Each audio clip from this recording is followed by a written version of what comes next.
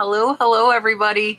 I didn't have time to make an intro and an outro, but we're earlier than we normally are, so surprise. Pop-up surprise. Happy Tuesday, everybody. I hope everybody's having a good week so far, even though we really have just started it. I am super excited to have these two on with Rod and myself tonight. Below me is my good friend George, the antique nomad, and we're super happy to see him on here. And Catty Corner is Miss Katherine Young. Both of them have been on before. George has been on multiple times. He's filled in for Rod a lot for me. So I appreciate him a lot. And then Rod is here. He came back. I think, Rod, are you out next week? Is it next week you're out? No, it's going to be next month. Next month. The same time next month. It's this week, next month. 1 month. I was off by a month. So thank you all for coming in. Make sure you get your questions in early. We have a ton in again tonight. So get them in. And I am going to make George and Katherine big. I know, right? We're super early tonight. We're only 4 minutes late, not 8. Keep you on your toes. That's the norm. Keep you on your toes a little bit. And no intro, so we're just here. So I'm going to make George and Katherine big just in case you don't know them. I think most of you probably do, and they'll tell you what they've got going on and where you can find them. So here is George. Hello, everybody. I'm so glad to be back. And, well, what I have going, I am going to be doing a sale. I'm going to be helping auction with Rosie's Auction House this Sunday at 11 a.m. Eastern. I've got 10 items, some of which are sitting behind me, not the prints, but the other stuff that'll be on. And I think there's 70 items, and you can actually go preview it and bid in advance if you don't want to get up on Sunday morning or you have church or stuff. And then I've got my regular premieres on Mondays and Wednesdays, and that's pretty much what I'm doing right now. I'm still going through cancer treatments. They're going pretty well so far. And I've got another one next week, so I'll be halfway through at that point. And so I'm not doing shows or appraisal fairs, but I'm doing some online appraisal work and stuff like that. Perfect. Here's Miss Katherine. Hello, I am Katherine Young, and so I am just a part-time reseller, and I don't know, I'm really more of a vintage enthusiast. Let's just be honest. I love all my vintage. Over on my channel, I do a lot of different things, just mainly to make the algorithm mad. I thrift, I do really cool shop with me's. If you want to see $1 million estate sale, I just did one of those. And I do live sales on my YouTube channel. So please come over and check those out. I do those when I have capacity because I do have a full-time job. So I'm really happy to be here and I'm excited. Let's go. All right, guys, let's do it. This is what happened last week too. We have a ton of super chats before we are even here. And the first one came in at 3:00 this afternoon from Jack and said, thank you for helping with the Patrick Ewing Orlando Magic champion jersey. The listing was taken down for a counterfeit item policy violation. I appealed and no response from eBay. What would you recommend? So just to fill George and Katherine in, last week, I think it was last week, Jack came on and asked, and we looked up on like WorthPoint, and we're just trying to help with pricing, and we helped with that, and now they're saying it's counterfeit. So if you had an item that was taken down as counterfeit but you knew was not, how would you handle that? Boy, I know I would want to appeal that. I don't really know how likely it is to be able to work through their appeal process. And I think you'll have to speak to that, Kat. But if you absolutely know that it's genuine, the first thing is prepare your argument. Here's why. Take pictures, be prepared to show them and make your case for why the item is genuine. If you know something that they don't, because there are circumstances where, it's going to be worse with AI. I mean, let's face it, something's going to scan it and go, oh, we think that's this. And the burden of proof is going to be on you. So have your proof ready is the only thing that I can recommend. but I think you'll have to speak to how you actually go through the process with eBay, because I have not had a lot of luck when I have tried to get them to override decisions that they've made. And yeah, for me, I guess I wouldn't risk another strike with that. But I don't know if you sell on another platform, but for me, I would be a little leery if I hadn't heard back yet. And I know how frustrating that can be. So that's where I would go with that. So from last week, I do remember it was the Patrick Ewing Orlando Magic jersey, but it was from I think when we looked up, like, I want to say 2001, 2004. So I forget the year. So there were a lot of jerseys from China around that time, but Ewing only played for the Magic for 1 year. So I'm assuming it may be real. I would have to have better photos of it to take a look at it. But if eBay flagged it, unfortunately, there's not much you can really do. You're going to fight an uphill battle, and to be honest with you, it's probably not going to be worth it, because if you try to relist and again and flagged again, then they're going to get strikes against your account, which is not worth it. Unfortunately, I have listed items that my wife has bought for my stepson, and that were Nike or Champion, and he just outgrew clothing. They were nice clothing, only wore it once. I listed on eBay. Within 5 minutes, it was flagged, taken down for counterfeit. I know for a fact it wasn't counterfeit because we bought it from the store. Unfortunately, that's part of the system with eBay. So if it was me, a couple different things. One is I would put it on Mercari, put it on Whatnot, a static marketplace. I would look in my local area for a vintage shop, and I would actually take it there. You can have someone there look at it. There's a lot of vintage pop-ups that do happen when it comes to clothing, but majority all major cities have vintage clothing shops that you can actually go to. Champion jerseys are very highly sought after, especially with Hall of Fame players. So if you take it there, they'll be able to take a look at it and let you know if they think it's real or fake. At that point in time, I'm not sure what you pay for it, but they'll probably make you an offer on it. It's not going to be anywhere near what you would have got on eBay for it, but I'd rather take 50% of nothing. There's your two options. Yeah, and I don't remember where you got it, and I don't know if Rod, is there somewhere that they that authenticates them, does the purses and stuff? No, it's not going to be. Your best bet's going to a vintage shop. Have someone look at it in person, because you're gonna have to look at the stitching. You're gonna have to look at. There's a couple of different things with the Champion jerseys you're gonna need to look at. And I don't know where Jack lives. I know they're here in Miami. There's that big vintage shop. Yep. Maybe there's one close to you. Yeah, every major city has an old vintage shop. What they sell, specialize in Y2K clothing, specialize in vintage sporting clothing, and they usually all mix up band tees, stuff like that. So that's what I recommend. Just take them to a shop. Yeah, I don't think I would, honestly, if it was me, I probably wouldn't appeal it at all, just because of the track record with eBay and getting stuff like that approved. I personally wouldn't bother with it. I would probably try Mercari. I would also do Poshmark as well. Yeah. And I don't do Depop or Grailed, but I feel like that's something that might be appropriate for Depop and Grailed. I would be listing them on the other platforms. Even if you don't cross post, you could make an account just I'm assuming, I know we were looking at some, I feel like it was 200-300-ish. Yeah. So I recall. The comps were between 200 and 300 for that. So it's not something that if it's authentic, if it's a real jersey, there's not a lot of those out there, because he only played for the Orlando Magic for 1 year. Now he did come back as a coach for several years through them. So they could have did a re-release after he was a coach on the team, but I would say, unfortunately, don't list it, because you don't want to. I wouldn't chance the eBay account for that. All right, I'm gonna do my whale. We have a lot of super chats to get through, guys.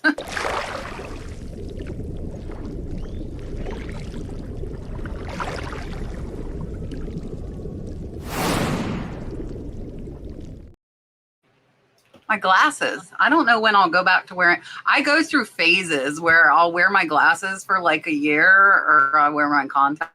That's when I was wearing my glasses. All right. Summer Rose sent a $5 super chat and said, "What is the quickest you've sold an item? And conversely, what is the longest? I sold a ring gauge within an hour of listing, which had me questioning the price." I recently put a relatively hard to find 1950s Gibson acoustic guitar on, and I sold it within an hour. And I got, I think, 1850. And I knew it could have sold for as much as 2500, but I was helping liquidate an estate, and I got what they wanted. I got my commission. I was happy. And then somebody said, "Oh, that was a $25,000 guitar." So of course, then you go, "What?" But I had researched it really thoroughly and run it by other people. And I know that the people I ran it by, it's a shop in Seattle that's been here for 40 years. I mean, they have people who knew those things when they were new, and they would have, first of all, made me an offer. If it was the $25,000 version. And so I felt confident in what I was doing. And, yeah, I deliberately underpriced it a little because I wanted a fast sale. I think the way you have to look at that is that, yeah, maybe you question the price, maybe you go do some research, and maybe that's the price of learning. But you obviously priced it for something that you could make money on, and you turned it quick, and that's great. Because the other thing you asked is, what's the longest? And how long do you want to tie your money up? I sold something, and this was in a mall space, because I do have stuff on my eBay store that's been there way too long too. I have something on my eBay store that sold that's been there for 5 years. Really, something shouldn't be on the store for 5 years. But I sold something in an antique mall and looked at the tag, and it had been there since 2013. And I was just like, how many times could I turn that $20 that I had in that thing over and over and over if I had just sold it for $20, got my money out, and bought something else? So don't feel bad when things sell quickly, and don't let things sit for years and years and years hoping that that right person will come along, because you can turn that money so many times if you just sell the thing and move on. So, I actually like to sell vintage that has just a very slight bit of damage, and then I will mark it at a significantly lower cost of what I know the non-damaged piece goes for. And for me, those can flip really fast, especially if you look at how many watchers are on like really expensive plates. I there was a soup tureen that had like a chip in the back, big, beautiful Victorian soup tureen, and it sold right away. As far as things still sitting, I am still sitting on a pair of Mayan warrior lamps, the male and the female, full shades, the original finials. I mean, just double barrel shades. They're gorgeous, right? I have tried selling them to local antique dealers. I have tried Facebook Marketplace. I have tried in my booth, and now I own those lamps. So the fastest I've ever sold anything was probably 1 minute after buying it. And that was at a garage sale. This has happened multiple times where I was the first one there. I ended up buying a bunch of stuff. And then someone came up, saw me walking out, was like, "Hey, I'll pay you double whatever you pay for that," and stuff like that. You guys watched my last video I put out last week. I walked up the sale, and there was all these vintage heavy metal shirts. Got a lot of 16 of them. And I paid $100. And literally, as the seller walked away, the guy goes, "I will give you $200 right now if you want to double your money for everything," which I declined. But, I ended up, selling a bunch and did a lot better than that. The longest item, which all you guys should possibly know this one, was I had that Mario Nintendo game handheld that was re-released, but I had no idea where it was. So it sat in my eBay store, I think, for like 3 or 4 years because we played the game. What's the longest item in your eBay store? I actually found it because thankfully all you guys started clicking on it and watching it. So then it got pushed back in the algorithm, and then all these other people started watching it. So then I had to search for it. So I ended up finding it, and then I just sold it for like half what it was worth because I was so tired. I was like, I just got this thing out of here. So thank you all for that. Yeah, mine was not that long ago. I put in a video. I sold a gold ring, or was it a bracelet? I don't remember. It was a gold something that was marked with 750. So it was 18 karat. And I did not check the price of gold per gram. I listed it for $150. I only paid $5, and the melt value of the gold was over 300, and it sold in less than a minute after listing it. And I actually, because I cross post, so I list everything to eBay and then I go to Mercari and Posh. I didn't even have time to get it to Mercari or Poshmark, and it had already sold.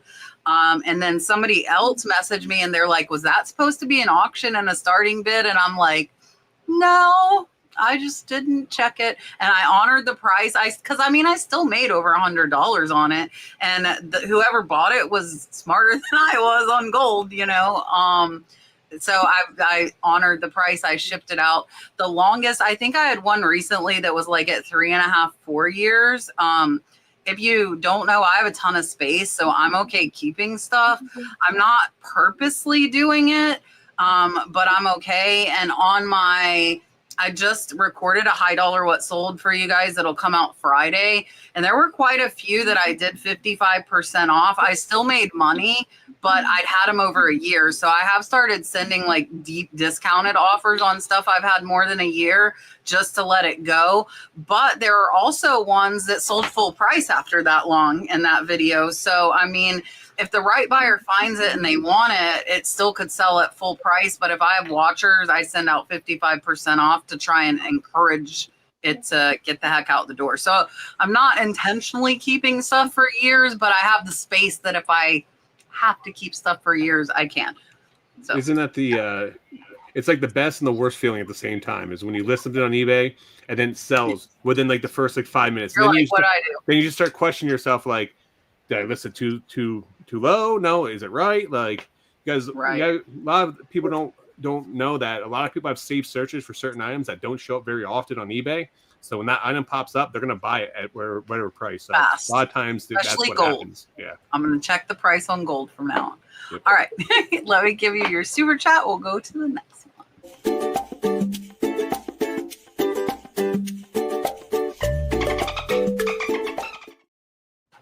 Dun, dun, dun, dun. All right. I still, every week, I always forget that I have not. Elena was nice enough, which actually, here's Elena. It's funny because these are back to back. Elena was nice enough to come to the springs with me when I was swimming one morning, and she recorded me so I could make a new super chat. And I have not done anything with it. Gino is feeling better though, guys. I talked to Gino this week. He's feeling better. I don't know if he's in the chat tonight, but hopefully he'll be back next week. It's been like 6 weeks since he's been with us. So hopefully Gino will be back with us soon.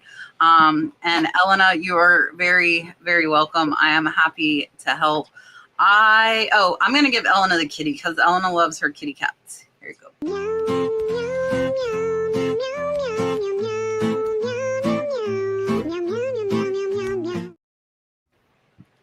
Meow, meow, meow, meow, meow.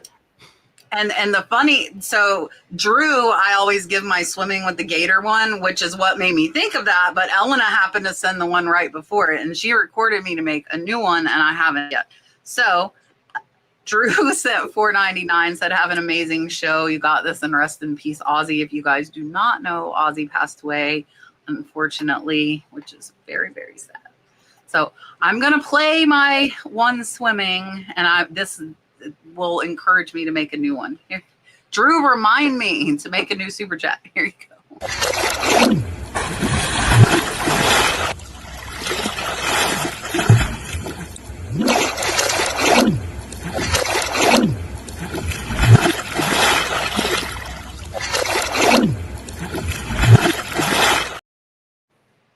Dalton was like, Mom, you're swimming with gators. When I was swimming on Monday, yesterday, I'll probably record. There's always gators out there, Karen. I was swimming yesterday in the springs, and there's a dock that divides the springs from like the run that goes to the river. And at one of the springs I go to, there's been a 4 foot, but maybe 5 foot gator, like hanging out in the run every morning. But he's never come up in the springs, and I'm bigger than him, so I'm really not worried even if he did come up. But there was a couple walking on the boardwalk, and I was like swimming my laps, and they're like, hey, there's a gator out there. I'm like, oh, the 5 foot one? I'm like, he's been hanging around for a few weeks. Like, he's my friend. I'm like, yeah, I know he's out there. So Yeah, I can probably definitely get some footage because they are out there. I won't get in if they're in the actual springs. If they're in the run, I'm fine. Only if they're smaller than me, I should clarify. If I saw a 10-footer, I don't care where I saw it. If it was in my eyesight, I'm not getting in the water. But yeah, so I will get it. And those of you that don't know, I want a new video because I've lost 70 pounds since that video was made. So I want a new one. I want a new one for sure. So but Drew has to remind me to make it because I have the coverage because Elena made it for me to do a new one. All right. That was, I think, all of let me make sure. I think that was all the super chats. Yes, we are through the super chats. Jim Flipper said, hi, how can I identify the maker of a vintage glass piece with no markers such as Fenton, L.E. Smith, etc.? Google image helps, but sometimes the same piece is credited to multiple makers. Yeah, absolutely. Absolutely. You got to check your source information. And as far as source information goes, I know it's old fashioned, but I am a big fan of the old collector's references that were so abundant in the 1990s. You can get them for a fraction of what they cost new. There's certain websites that have them. Sometimes they're on eBay, but if there's a glass company you like, there's a whole series of Fenton books, like 6 of them, that show every single thing they ever made, marked or unmarked. There's books on Viking. There's books on Blanco. So if there's certain things you like or that you find often, that's a great way. And then you don't have to rely on, well, it's L.E. Smith. Well, no, it's Viking. Well, no, it's Greenwich Flintcraft. Well, no, it's, other people's opinions, because people make mistakes. So don't ever just go to one listing and go, well, they say it's this, and then say it's that, because you could be completely wrong. The other thing is, collector groups. There's lots of good groups. There's Facebook groups. There's glass collecting groups. There's even where I am, there's still an old glass collecting club that meets every month. And, those people are great sources of information. So those are definitely ways beyond Google Lens. Google Lens is not foolproof by any means. So sometimes I go into the listings and I snoop to see if any of the listings actually do have a sticker. That helps me out a lot. And honestly, a majority of the time I do find it. I agree with George. A book is just the way to go. I have books on some of my favorite things here. And also, if there is an opportunity for you to talk with somebody who has expertise in the type of items you sell, go talk to them, go talk their ear off. I learned so much from working my shift at the antique booth and talking to the different dealers. And I kind of take it in like a sponge. And that's the best advice I have. So I think they covered a lot of it. I will say, the thing I will add, though, one big takeaway I would say from what they were saying is there's a lot of misinformation out there.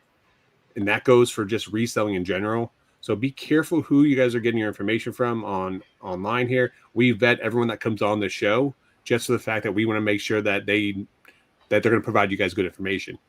Also, too, what George said about getting the books, I would highly recommend doing that. There's a certain category that you want to go through. If you go on eBay right now, you can get them anywhere from like $5 to $10 a piece. When I first started learning about glass, I went on there and I bought 7 books after doing the 100-mile highway sale. I went on there and I just bought a bunch. I think I paid less than $20 for 7 books. And let me tell you, there's so much, because you have pictures and you have references, and you can take pictures from that, add it to your phone for references in the future, stuff to look through. But I would say having all that information curated in one area and walk up to your bookshelf, just grab it. It's worth its weight in gold. So I would highly recommend not just glass. They have them for toys. They have them for everything. So highly look into getting those. And there's also some books out there that auction houses will release as well. So they release about things. Those are worth their weight in gold as well. I've gotten a ton of those over the years, and being a lookout for those. I can't remember the name of one of the book series I have, but I would have to go and look.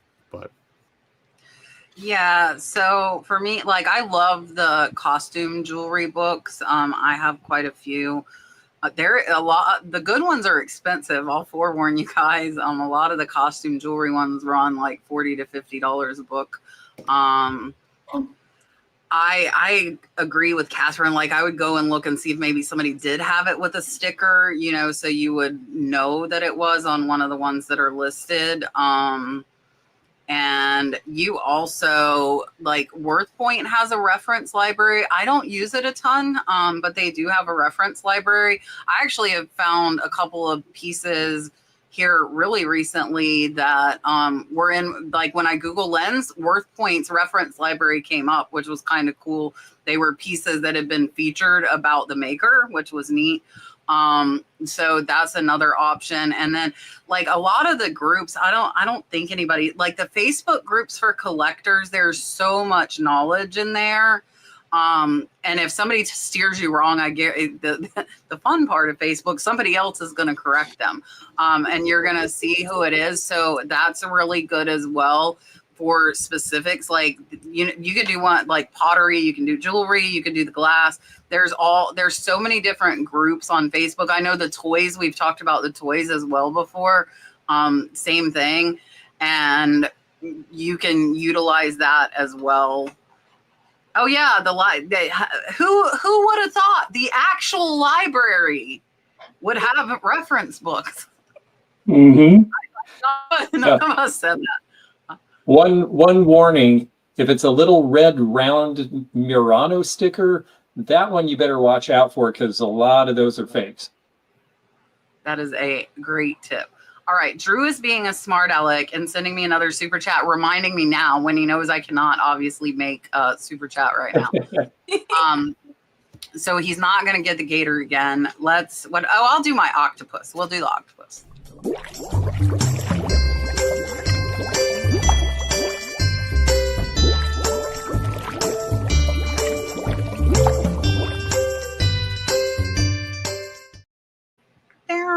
Mark didn't say he wasn't going to be here, so I'm assuming we'll get Rod up here soon. All right, Mike Metco, yay, Mike. Late happy birthday to Mike. He said, hi, Kat, Rod, Catherine, and George. Here's to the, oh yeah, wait, he beat me. George beat me at the thrift battle. It was so, it was like only like 2% or something. It was super, it was like so close. If you don't know, you can go watch. It's a series over on Primetime Treasure Hunter. It lasted like, I feel like over 2 years. It was very long. And there were like all of these rounds, and the top two ended up being me and George. And George beat me like we were tied all the way to the end too. I think we had to show all of our items, and he got me by like 2%. It was super close. But if I lost to anybody, I'm okay losing to George. I'm okay with that. It was super close though. So that's a good series to go and watch if you haven't, over on Dom. And Dom has got other like obligations going on with work for a couple of years, but once he's done, I will get him back on here. Well, I promise, because he's a great guy. I think his contract ends in February, if I'm not mistaken. Oh, he said that. So he'll be free to be back on YouTube, and we get him back on the show. That will be nice for sure. I'm gonna do the beach with Dalton when he was little. I need to make a new one of these too. Here you go.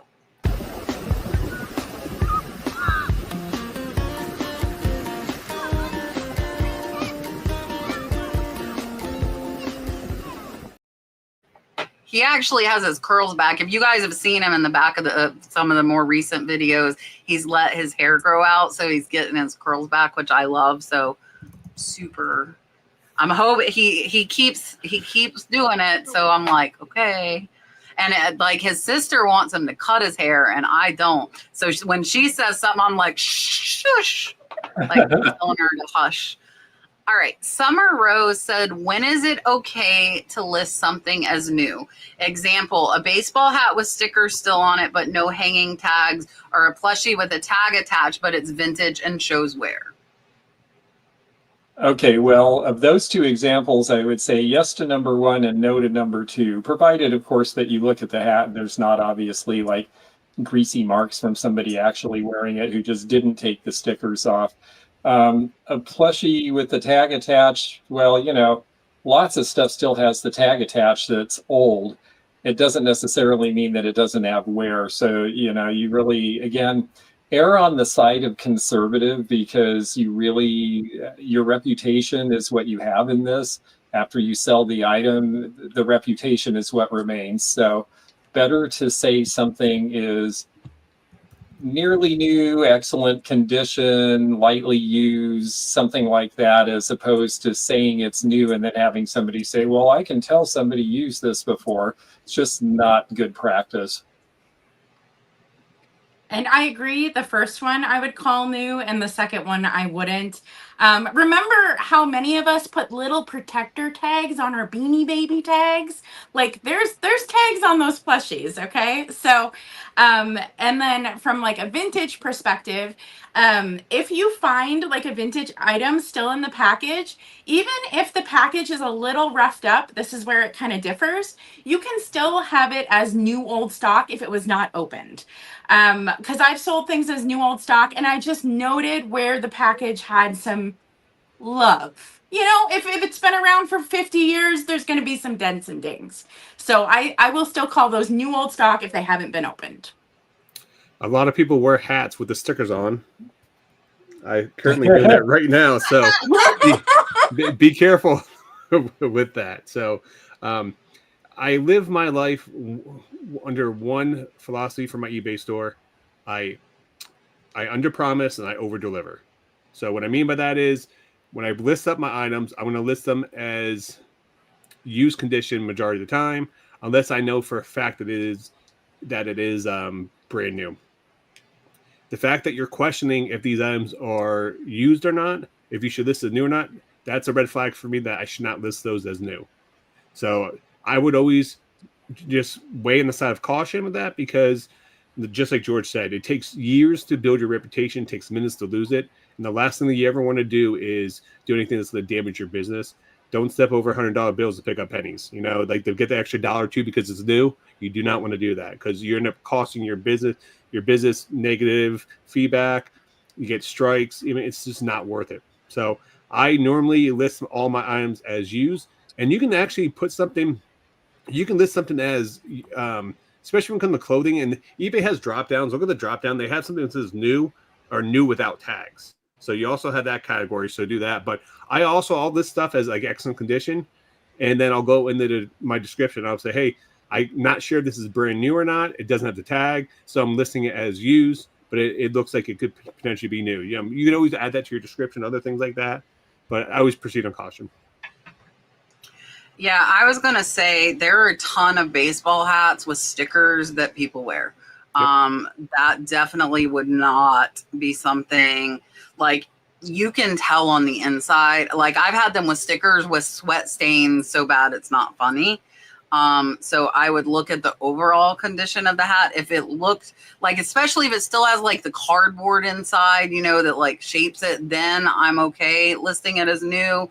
And like the plushie with a tag attached with wear is definitely not new. Anything that I have any question about, I'm not going to put it as new, because my idea of new might not be somebody who's OCD's idea of new. So I would rather list it as like used. There is used like new condition. So I rarely use that, but I do, just not overly. Yeah, see? Like clothes could have tags and not be new. But there's also, here's the thing too, and this I kind of go 50-50 on. There are clothes new with tags that have obviously had like a stain while in storage, like somebody spilled a drop of coffee on the darn thing, or something like that.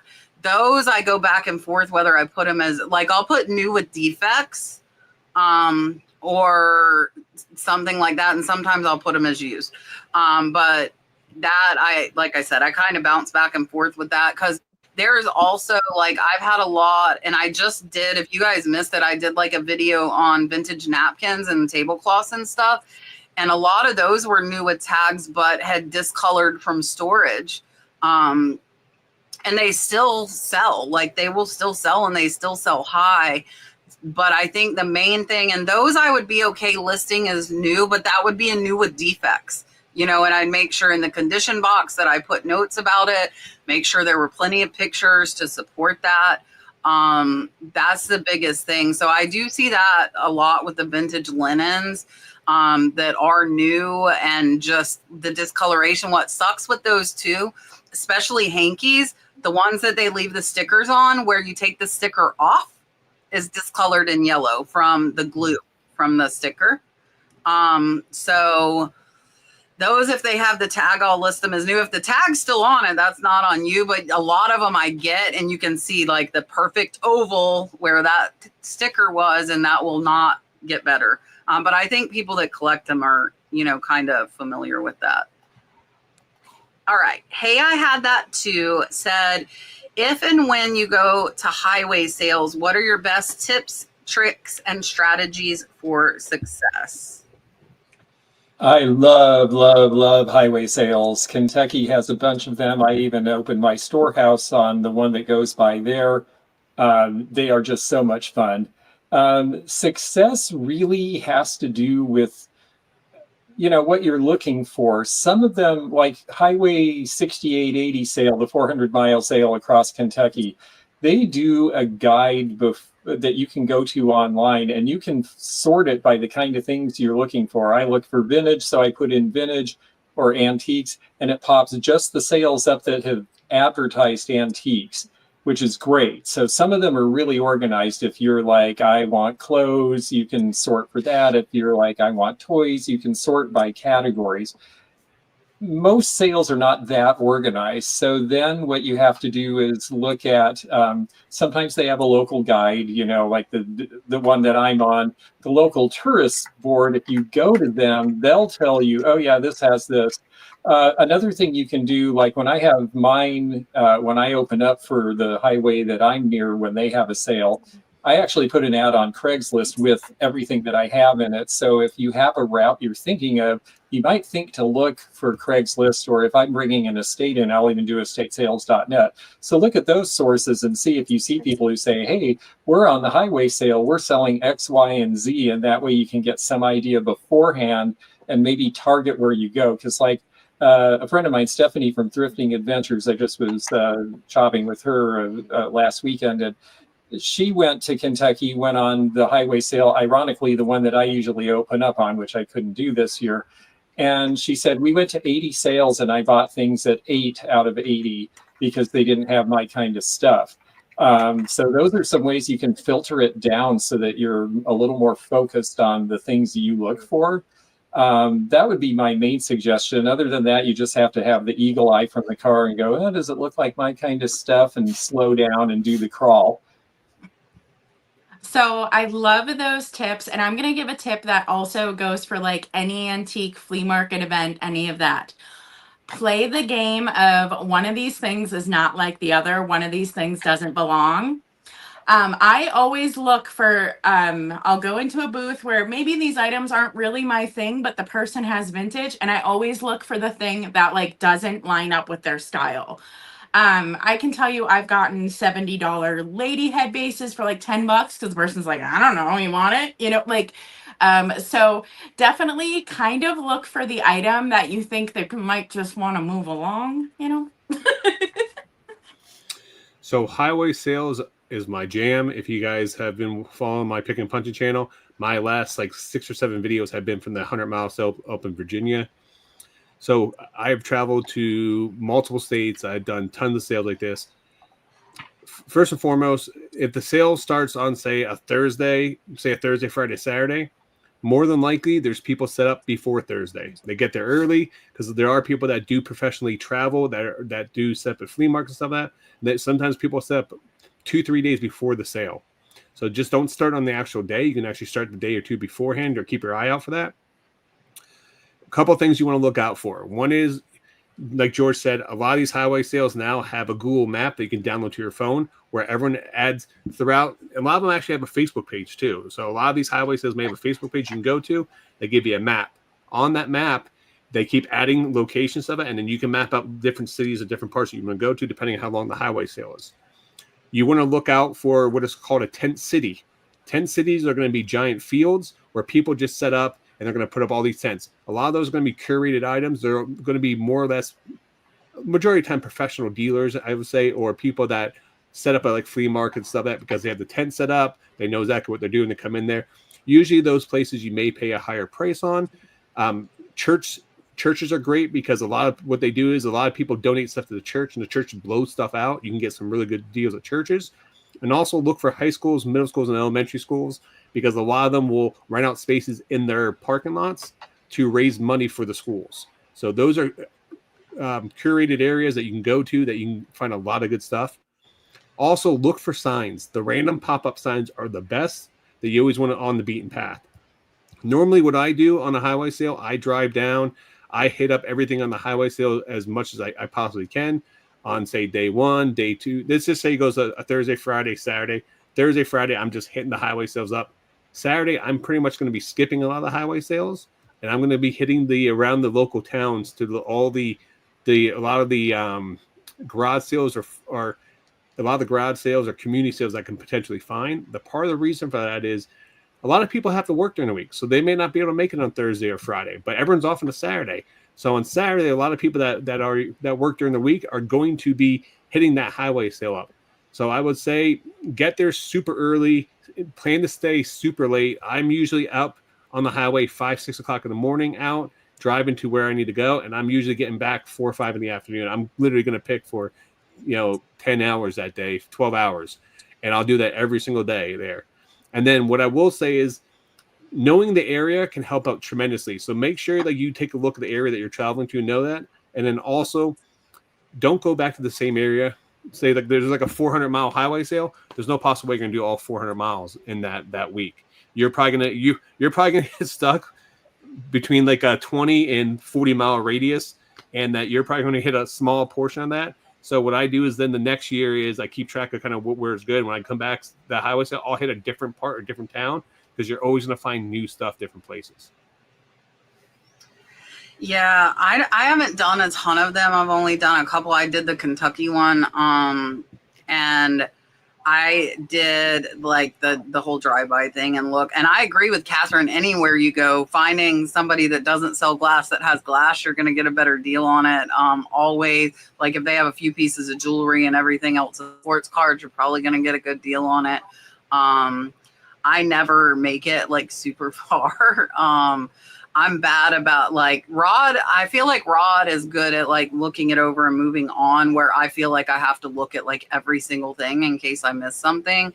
I'm like that at the thrift stores too. I'm going like from one end to the other. And yeah, so I don't feel like I would make it very far on highway sale, I guess is my point. I think I would not. And the only but I would look at Craigslist. I would do that, to kind of preview the ones that did post ads and pictures. The only other thing I would add here is if it's a small highway sale, because there's some states that do like a 50-mile, 100-mile, 75. Do not be afraid to go back to the same locations. If it's a small highway sale, we can knock it all out one day. Don't skip the sales the next day because you're like, oh, I was already been there. I can't tell you how many times I've gone back to the same sales on that strip. Or the same, like maybe like tent city where people have brought new stuff back the next day because they sold a ton of stuff or people were requesting stuff. And a lot of the sellers in those areas may live there locally. And so they're going to bring new stuff the next day. So do not afraid to go back to those if you already covered that ground or we know something good. Also make contacts, because if you're going to come back to these sales next year, get people's phone numbers, get stuff like that. Let them know you're coming. So when I go to these highway sales, I have people's phone numbers from multiple different states. I text them before I came. When I went to when I was up in Virginia this time, I was texting people before I even got there. I already had a couple $1,000 deals lined up before I even got there to pick up merchandise already. So it makes your trip worth, because you have to pay expenses. Remember, hotel, travel, food when you're on the road. There's a lot more expenses that are added to that. So prepare that when you guys do head to these trips, because you need to factor that in. So you need to cover your bases, make sure not only you're covering your trip, but you're making a profit. I think Scott is using reverse psychology on you. Yes, I think he is too. Scott, this is his second channel. If you guys are not subscribed, he has Cha-Ching King and now he has Cha-Ching King Picking. So he accidentally signed in under his other channel, but definitely go follow his new channel if you are not. And because he said it, I mean, you can send me an invoice if you want, but here's Kevin.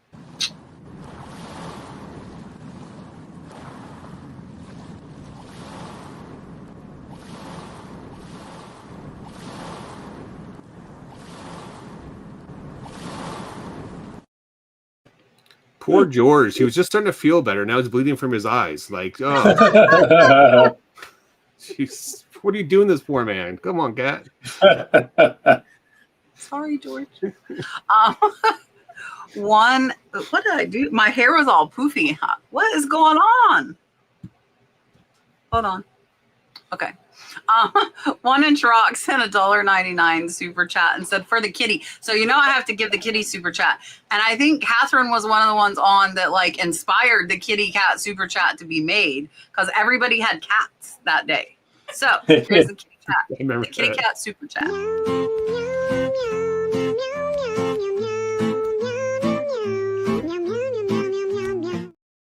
Cat, we went on like a streak of like 2 or 3 weeks in a row. It was nothing but like cats just jumping on the screen. There were cats walking throughout the screen. Yes. Every week. Yeah. It was crazy. There were lots of kitties. All right. BB said a friend wants help going through the mother-in-law's estate and we'll work something out. Mid-century European printmaking, crystal textiles, figurines. Definitely want agreed upon plan in advance. I'm a newbie. Any advice? Yes. Well, I've done a lot of estate sales and I've done some just helping other people with their estates. And there's 2 ways of looking at this. The first is an agreed upon plan in advance is a great idea. So you want to agree on what the general plan for the sale is, like what is our goal? What's our deadline? What areas do you want me to do? Do you want me to help you with research? Do you want me to help you with setup? Are we taking things out of boxes? Am I digging through a hot attic in the middle of summer? What's the scope of my work with you? The second thing is, especially because you're dealing with the mother-in-law, so I don't know the situation, but presumably it means there's another family involved and maybe other family members. So can this person guarantee that what they're agreeing with you is something they can actually follow through on, especially if the other part of the agreement is, am I working for money? Am I working for merchandise? You want to know up front, if you're asking for compensation, what is it you want? What is it they're able to give and what's fair? I mean, I usually pay, generally it's like $20 an hour for somebody to help because minimum wage is 15 to 18 in most places where I am now. Kentucky's a little less. Minimum wage is $7, but everybody works for 14 or 15. I mean, the reality is that, if you want help, especially somebody who knows something and is going to really help you out, there's a cost to that because it is your time. So I think that in terms of the agreed upon plan, it's the plan for the sale and the plan for you and your participation and also what you're getting out of it. And maybe you're just doing it out of love and you're not expecting anything, but you still want to have some parameters because nothing will cause a problem with a friendship more than I'm not used to you being the boss and you're changing the rules and you told me I was doing this and now you're doing that, or I just did this display and now you're taking it apart and doing something else. And those things have all happened to me, or I have done those things at estate sales. So yeah, you definitely want to have a plan. So, I think enjoying this friend of yours in what their idea for these things are and come with some idea of what you want. So it's not sort of like, this idea of we'll work something out. That needs to happen before you're actually in the middle of doing it and have different expectations and a fight ensues. Yeah, I'm going to pass on this one. I don't work estates, so. When I used to, I bartended to put myself through college, and when people come up like, "Oh, I'll take care of you later," that's what we call the kiss of death. So when people say, "We'll work something out," I like to say that's the kiss of death because you don't know people's expectations, just like George was saying, could be completely different than what you're expecting. And time is valuable. So I'm not sure what type of agreement you do have, but if it's an agreement where you're getting paid or getting compensated some way or shape or form, put it in writing. I would say there's a lot of state companies that, and I don't know if George, if you have this policy when you do your stuff or work with people, but I know here in Florida, there's a lot of state companies that the family is not allowed to be there in an estate sale. That's right. Because the part of the reason for it is it's one of those things where people are ready to get stuff. They don't want the stuff. They want to get rid of it until it's time to get rid of it. And then what happens is they get emotional. There's some type of sentimental value to these things. And even though it's sat in a box for 30 years and they forgot about when they see it, when it's time to get a go, that's part of their soul leaving sometimes. And unfortunately, that can cause a lot of issues. So in Florida, I know a couple of different companies that they make you sign a contract that you're not allowed to be at the estate sale during the estate. So a lot of people don't know that. I would say that's what I do. It's okay. And I one thing that scares me here that you said that you're a newbie. So don't bite off too much that you can chew, because the state, if you don't know the whole process, there's state companies that send the house 2 to 4 weeks in advance just to start pricing things, getting things set up, spending 8-10 hours a day going through there. There's a lot of, George will tell you, there's a ton of work that goes into this. And if you're being a newbie and not knowing what you're getting yourself into, and it doesn't turn out the way it is, that can ruin a friendship. So it's okay to say no and not help, in that process, or maybe refer them to going out to an actual estate company to come in and actually help them with it. I don't know the situation. I'm just trying to cover the bases on this, but just be careful with that, because especially if you're a newbie, it could be a lot more than what you expected. Yeah, for me, the will work something out is not going to work, because that really is a recipe for disaster. I will do consignment, but I want $500 or more items, and I'm going to split it with them. So for me, I tell people, because I get people contacting me all the time wanting me to sell stuff for them. And for me, it's just, as much as I've got going on, it's just not worth it for me unless it's a $500 or more value on an item. I will do it if they have that. But if it's not, it's just not worth it. I will buy it, and I will tell them that, like, I will take a look at what they have. And if I'm interested, I will purchase it 50-50 after all fees. Split the profit down the middle. Not the cost of the sale, after the fees.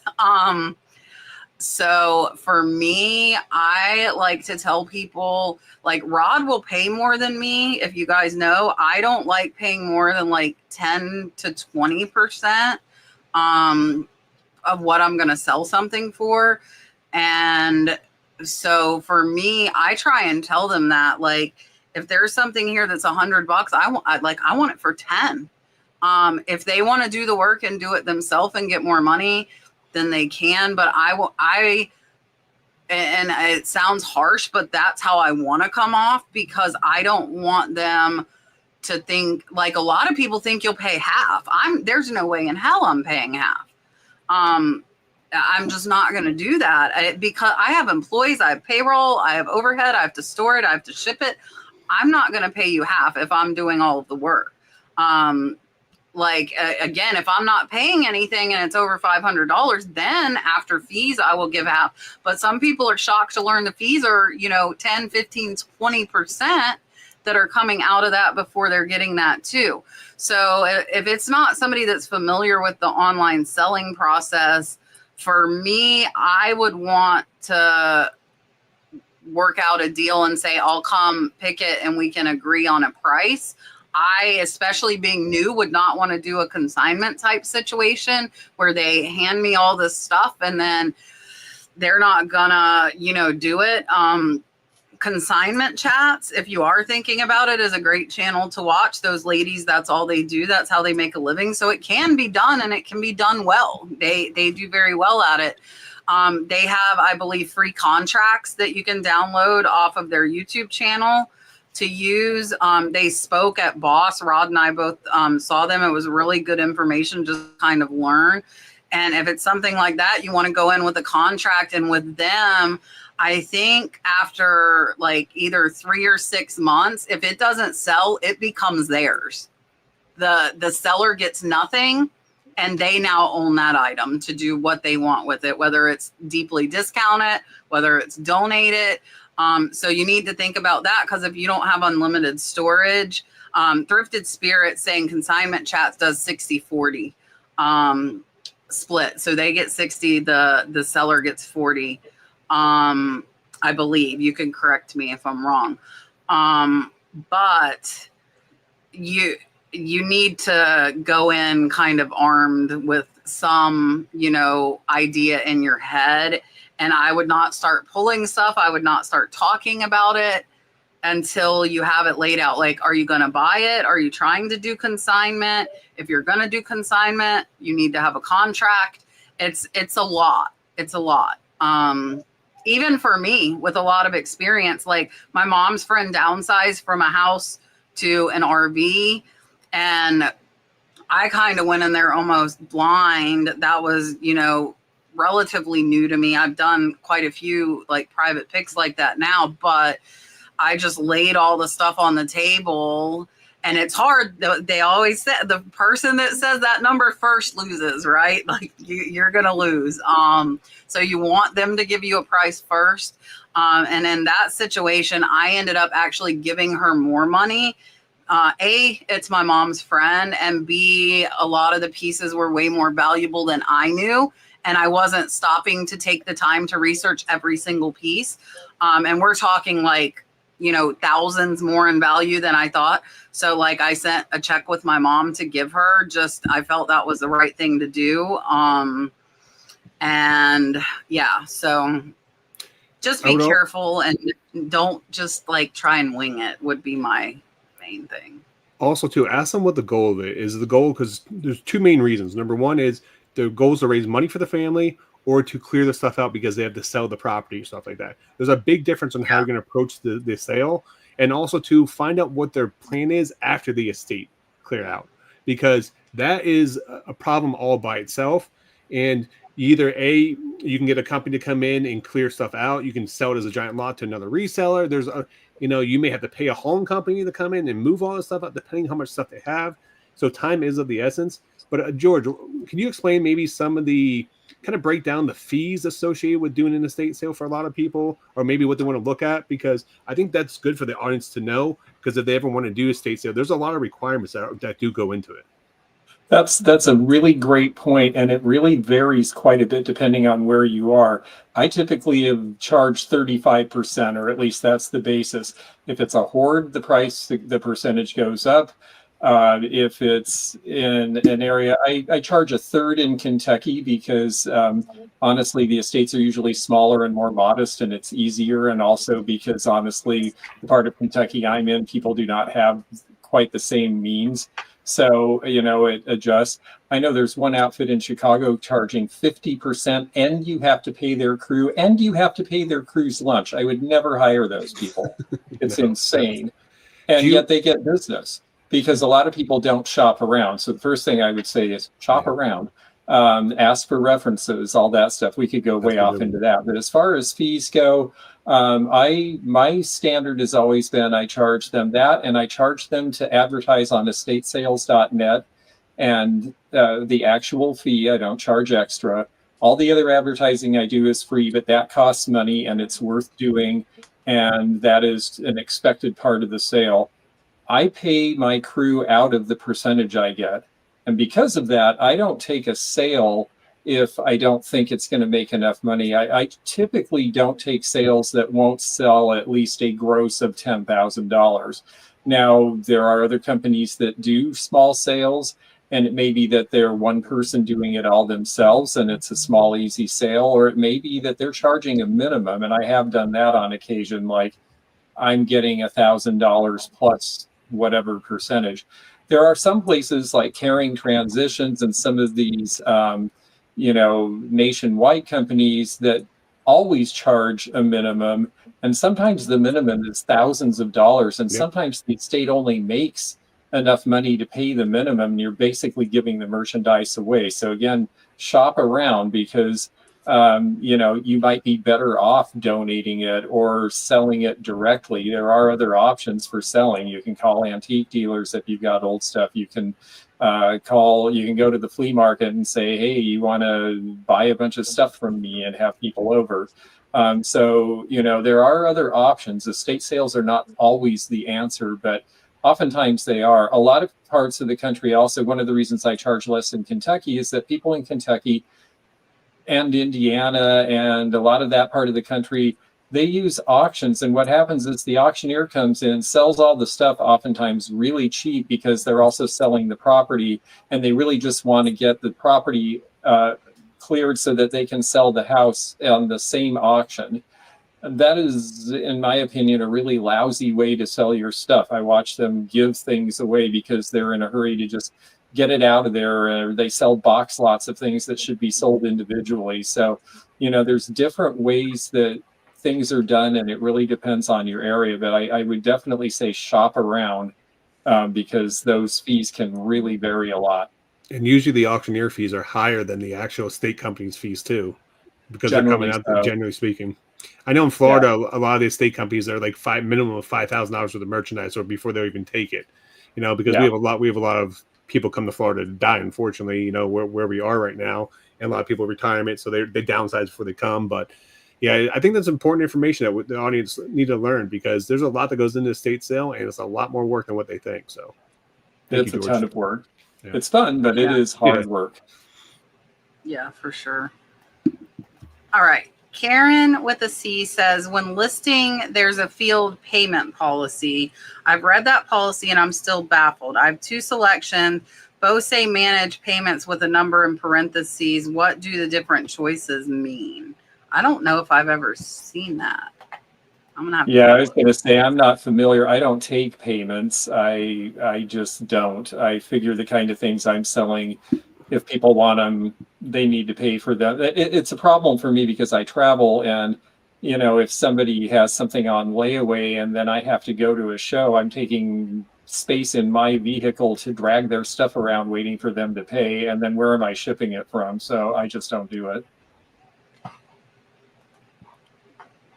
Yeah, I don't know. On that one. I'm looking now. I'm on a listing. I'm trying to see. Payments with maybe the only thing I can potentially think of, maybe they made did you make a listing policy maybe? And then you have different payments that, for like a listing policy on there, but it might be the same. That could be it. I don't even see like the pay. I just scrolled through the whole thing. I don't even see. Like I see returns. I don't even see. Could it be like what percentage they have to pay with each payment, maybe?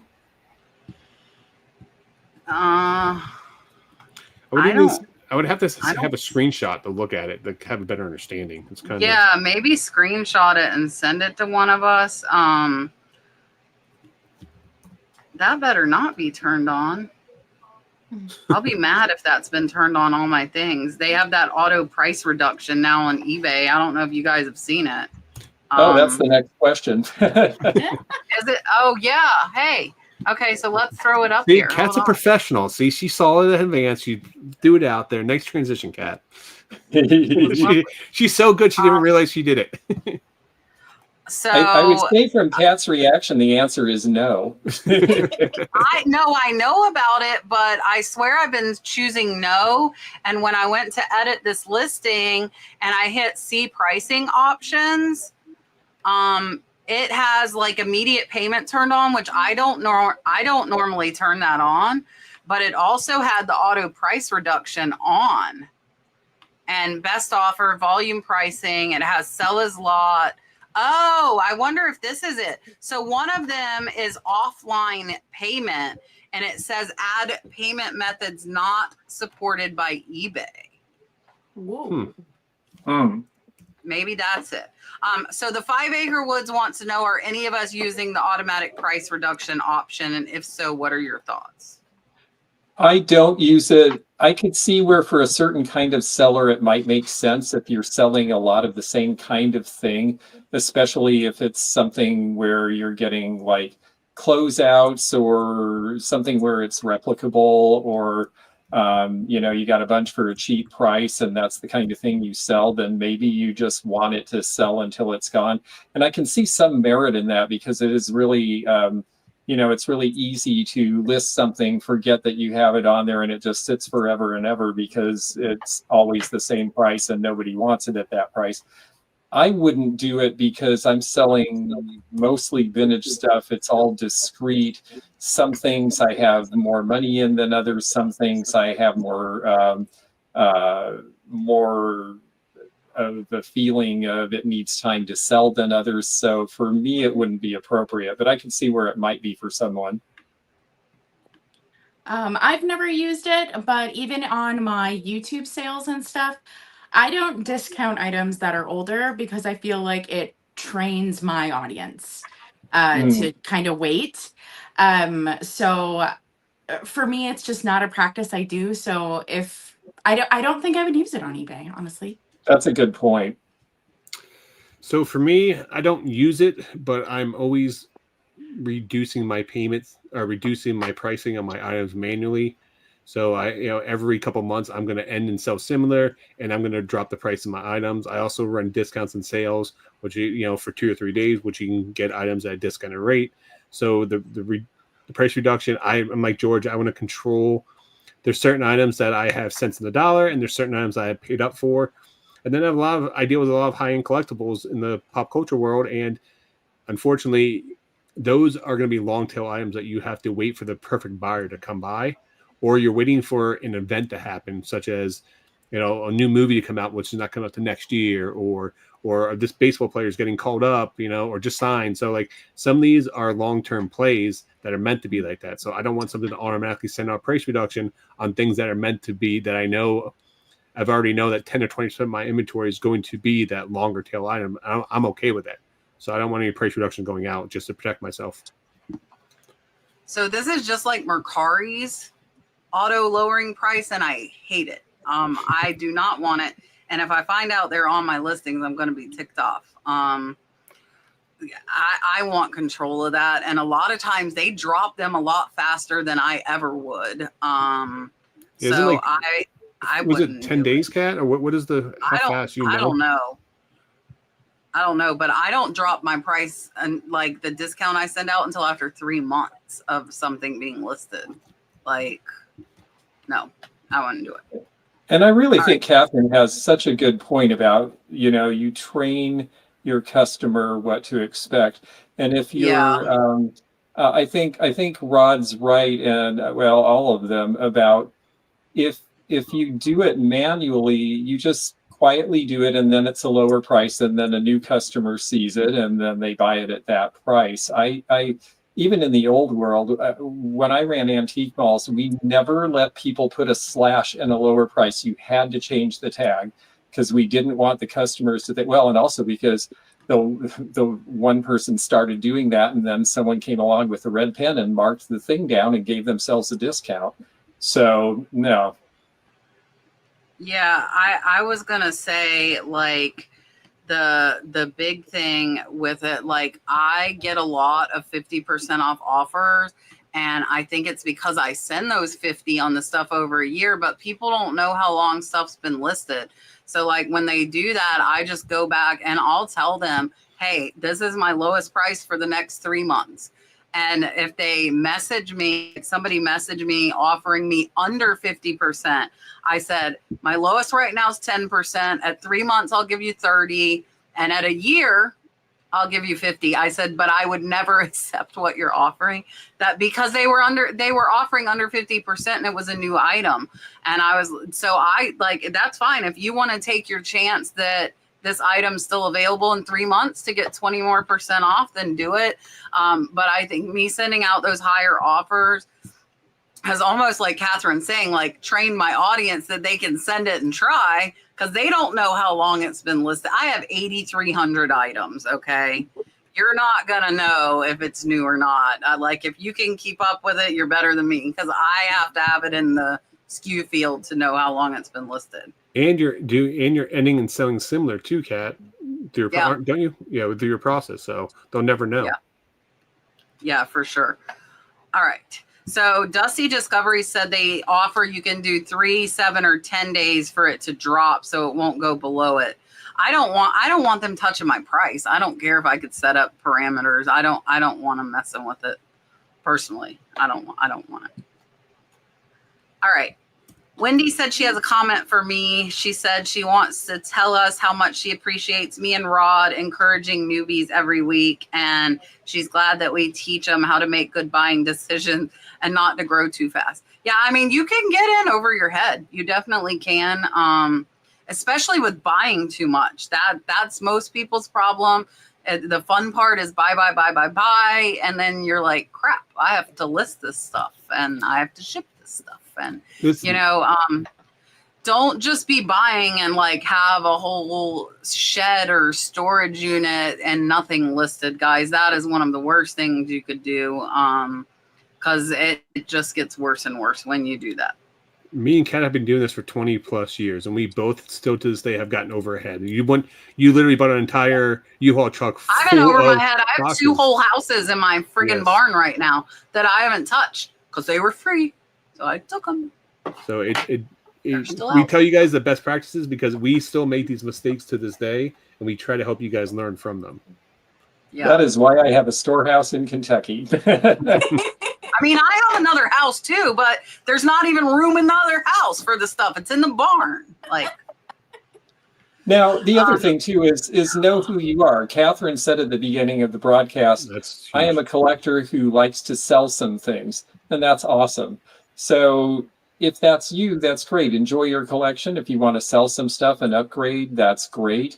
But yeah, if that's you, understand that you're a collector first, and a seller is what you do for fun and extra money and to upgrade your collection and turn it over, and that's fine. It's just, maybe it's a different thing than being like a hardcore reseller who's doing this all the time because that's what you do. Just because you see all of us on here, this is a lot of us that come on here, this is our full-time job, and we're doing this for a very, very long time. But everyone is different. Don't try to emulate what we're doing, and don't try to say, oh, they're doing this. This looks so much fun. There's a lot of work. I worked 14 hours yesterday. All right. And today I've been up since I'm on a 12-hour shift today. So that's not fun sometimes. You know what I mean? So you start out small, selling things around your house, and see if you like it first before jumping all the way in, before buying out collections or sourcing a ton of stuff too. Yeah, for sure. Her comment was continued. She said she loves when we encourage them to do research and take a chance that the price is right and the market isn't flooded. She met another reseller over 50 and she was watching the wrong YouTube seller. I will tell you guys, I will call myself out on it. I, for the longest time, did not emphasize sell-through rate because I bought lots. And when you buy lots, it's really hard to check sell-through rate. Like I might have 1 or 2 good items and I was really bad about listing everything. And now I don't do that anymore because I wanted to pull the last penny out of that lot that I could. And I don't do that anymore. We'll lot stuff up. I'll give stuff away. So I think that is important. And now I really do try to impress that, especially when I'm doing my what sold videos. If I'm telling you something takes 2 years to sell and you live in an apartment in New York, don't buy that. Like, don't buy it. I have 4 sheds and a second house that I can fill up and a barn, apparently. So like, you really have to look at your own business model. And I have stuff that I know will take forever to sell, but I love, and I do it because I love it. And I have the space and I can, and it's my business and I can do whatever the hell I want. But if you don't have the space, you don't have the time, you don't have the money, don't copy that. And I don't think I pointed it out as much as I should have in the beginning, I guess is what I'm saying. Cause I see a lot. When I do store reviews, I see many cat stores that look exactly like mine. And if they have the space I have, that's fine. But I'm a little more cognizant of pointing out that, like, yes, I love vintage linens, but yes, they might take 3 years to sell. And so if you don't have space, you might want to stay away from that. And I didn't do that enough in the beginning. I do now, but I didn't in the beginning. And I don't know that like, and I don't know who you're talking about. I don't want to know who you're talking about, but I don't know that people necessarily purposely lead people astray. Like I never did that on purpose. I was just showing what I like buying and what I like selling without a background and more logistics to it, more of like the money end and the metrics. I was just doing what I liked and showing what I sold without getting into, and I think I've always said how long stuff took to sell, but I didn't impress like, don't buy this if you don't have space. And now I try to, because it can become a problem. All right. Kathleen the Fernway Flipper says, is there a way to turn off automatic offers in bulk? I would turn them on, but I don't want offers going out when I'm on time away, because if an offer is accepted, normal handling time applies. That's a really good point that I have not thought of, because I turn those on. That's a very, very good point. I don't know if anybody knows. Oh, wait, there is a way. There is a way, because now you can check how long the offers go out for. Like you can select 30 days, 60, or one of them's 10 days or 7 days. And then 60, 90, and a year. So you can go on your Seller Hub. Let me see if I can find it. Yeah, if you go to marketing and offers, it says it's a new feature. You can actually select them all and then end automation. I'll share my screen for 2 seconds and just show you real quick. Look, I have 3,500 automated offers right now. Do you see that? 3,498 automated offers. But you can click them and then hit end automation. That would take me a very, very long time, because I have 3,500 of them right now. Because I set them up for, like, if they're new, I set them up for 60 days. And then the ones that are over 3 months, I do 90 days. And then I do a year for the ones that are, like, if I'm already sending 50%, my discount's not going to get bigger or go smaller. So those I set to go out for a year. And I think the automated ones might help get more sales, because they're going to go as soon as that person watches it. It's not waiting for me to do it. So I like the automated, but it looks like you can turn them off. Hopefully you don't have 3,500 like I hope. All right. Gaia Girl says, can I change my eBay shipping address and it be different from my bank account and home address? Okay, so I just closed eBay. It's in your account settings, and yes, you can, because like my bank address is my home address, but my shipping and my return address is my PO box. It's in your account settings. You'll see that there are different ones for different things. All right, Miss Diane says, can I switch to pirate ship for my label even though my listing was created with eBay calculated shipping? Yes. I do that more often than I would think I would. Usually the calculated shipping and pirate ship come out the same, but there's certain things like pirate ship lets you do 1/2 inches, and there's that certain point, and eBay rounds up, and there's that certain point where your dimensions kick you into another level. And if you're within that 1/2 inch, you're going to want to use pirate ship, because eBay is going to make you pay a bunch more money. And all you have to do is go to pirate ship, figure that out. And if pirate ship's a better deal, you just go to eBay and click mark it as shipped, and then do your label through pirate ship, and you buy the label through them. At least that's what I've done in the past. You just have to make sure that you don't also end up printing an eBay label, and that you remember to print the label and ship it after you said you did. Same for me. As long as you put in that tracking number, I'm pretty sure that eBay won't print another label. If you put in that tracking number, it knows that. Yeah, it links. As long as you have your eBay linked with pirate ship, it will fill it in and mark it as shipped for you. So when you log into pirate ship, in the top right corner, there's a button that says import from eBay. You click on that, it will actually pull in all your eBay sold listings, and you can actually check which one you want to do. You can actually print your label directly in there and automatically updates your listing with the tracking. You don't have to go back and do it. So it's really easy. If you're shipping anything with a cubic, like George was saying, like certain dimensions, if you do like a cubic shipping, is actually cheaper through pirate ship than it is on eBay. But majority of the time it's about the same.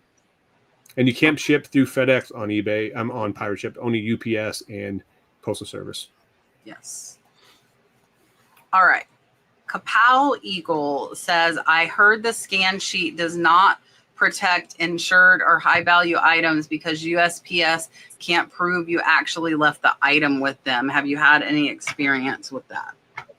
I haven't used that, so I don't know. Yeah, I don't know. I don't do the scan sheet.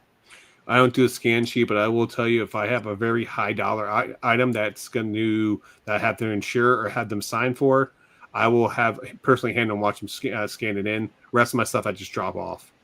So it's worth it. It's worth taking the extra 5 minutes. We use the scan sheet, and it should cover you because the postal employees technically are supposed to count the number of packages you hand them. Like if you have 15 ground advantage and 10 priority, they are supposed to count them and verify that they're giving you the same amount. I will tell you there have been times where we have lost a package in the truck. It fell under behind a seat because it was a small package, and we find it months later. I don't remember if I filed like lost claims on them. I'm not sure how they would react if there was no scan after that initial scan, even though with one you dropped off at the post office, like, because they scan it once, and then if it was never scanned again, I'm not sure how it would work, but it should, because we have a couple of postal employees that are finicky. They've stopped now because they know us, like, and we bring in a lot of packages, so they don't want to count 200 packages, especially whatnot sales. Those are like a nightmare. But it should cover you. Should. I haven't filed a claim that I recall though where that was an issue. The Antique Bird Lady wants to know, what kind of vehicles do you all drive when you're sourcing? Okay, so I flew to Minnesota and bought a 2014 Ram cargo van. And the reason I did it is because I cannot get my head around paying $50,000 for a new vehicle. So I bought something that was from the state of Minnesota. It had 22,000 miles on it, and I paid $12,000. And the reason I keep buying the Ram cargo van is because it has the most cubic interior space of any minivan. And you need the cargo van because you will burn out the motor with the kind of weight I carry. I do shows, and I literally take 1 ton of merchandise with me sometimes. So I have this preferred vehicle, and I just keep buying them. And once they get to be too old, I might have to downsize what I'm taking, and maybe do smaller and lighter items that can ride in a smaller vehicle. But right now, I just keep buying the same thing over and over. So I actually do that. I have the smaller vehicle. Like George said, I did not buy a larger vehicle specifically because I was like, do not get something that you can put that much in. However, I do have a hatchback. So I have a Kia Venue. It's a very small hatchback, but you'd be surprised what you can get in there. What I love about it is I know I can get like a table and chairs in there. So if I do find like a really good deal on some furniture, it still allows me to pick up some larger items, but it doesn't let me go rogue. It doesn't let me go overboard. So for a long time, I had a small car until I blew my trans, and when I was planning on buying a truck, so I do own a truck. I have an enclosed bed on my truck, so that way I can put stuff in there. I can flip it open, use it as a pickup truck. My wife has an SUV, so if I needed one or the other, I always have a vehicle to use. I will say, though, if you do have a truck, SUV, something like that, make sure you carry like bungee straps with it, straps for your car, bungees, tarps, because if you would ever need to add stuff to it, those things help out tremendously to add extra, just especially if you have a truck. it goes a long way. So I have 2 vehicles, and it really depends on my mood or where I'm going, because some places I know I need more space. I have a F-150 4-door Lariat, and I have a Chrysler 300M. If I'm going a long way, I try and bring the car as much as I can because the gas mileage is better, and I can fit a lot in my car. You would be amazed at what I can fit in my car. I can do the whole Tetris game and all of that and fit a lot. And but if, like, say I know, like, I want a piece of furniture for the house, like an end table or something, something like that I'm looking for, then I'm going to bring the truck, because I don't want to drive an hour and a half away, find the table, not have the truck, and then have to go home, get the truck, and go back. When I'm picking, see, Texas lady, I've seen, I can get a lot. You would be amazed at what I can get in my car. I am talented. But yeah, so I've contemplated getting a trailer. We had to rent a U-Haul for the 2 whole house clean outs that we did last month. But I don't know that, like, that's twice in a year that I had to rent a U-Haul, that necessarily justifies me getting a trailer. I do think I would be one of the people at the highway sale that I would need a trailer if I went. So I would probably just rent a U-Haul trailer if I didn't have one. If I was doing storage units or something like that, I think like a trailer would be a justifiable expense, but I don't do that kind of stuff often enough to do it. So yeah, so I can fit a lot. I've had my car stacked to the roof. George has seen that, because I did it at one of the estate sales I went and bought from him. I'm like shoving stuff in, like, it's like, okay, like, and I make it work. Yes. And I have this uncanny talent.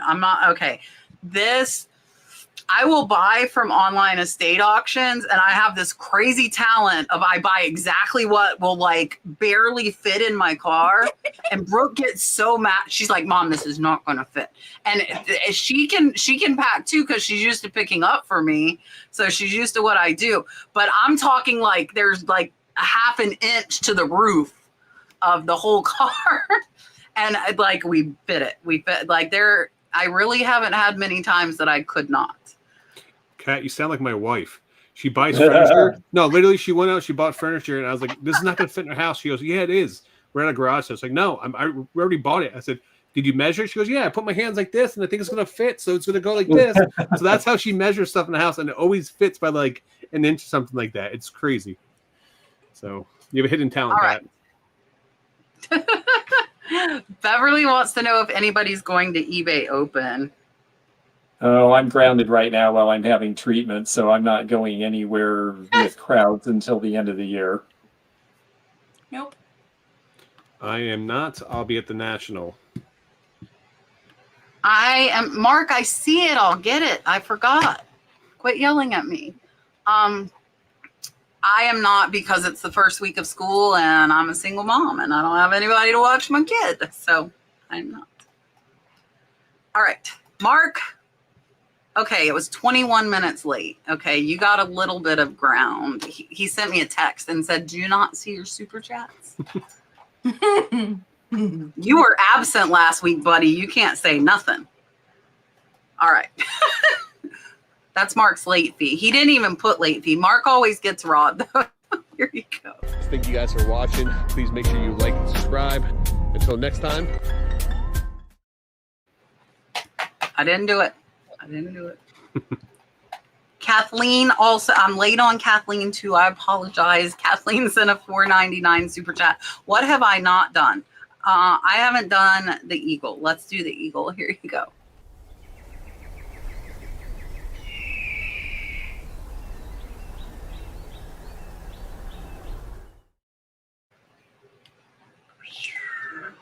Okay. Dun, dun, dun, dun. This is funny. Kat, did you ever sell all those filters? I did not. If you guys don't know, I bought like pallets of CarQuest filters, and I think they were for Porsches. When did you do that? Because there's so many Porsches in the world.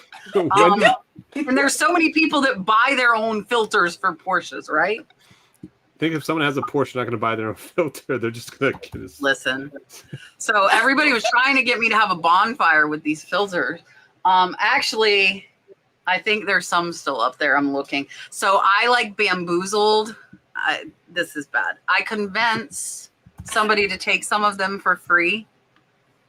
But then I tried to get them to get the rest, and they're like, no, thank you. Bamboozle is a better term there, Kat. Yes, you bamboozled someone. Oh my God. There's still, I'm looking, there's still some up there. They're not listed anymore though, because I was hoping that she would take them all. I can bamboozle somebody else, I bet, if I put them on market. Yeah, put it on market for free. Someone will come pick them up. Oh my gosh.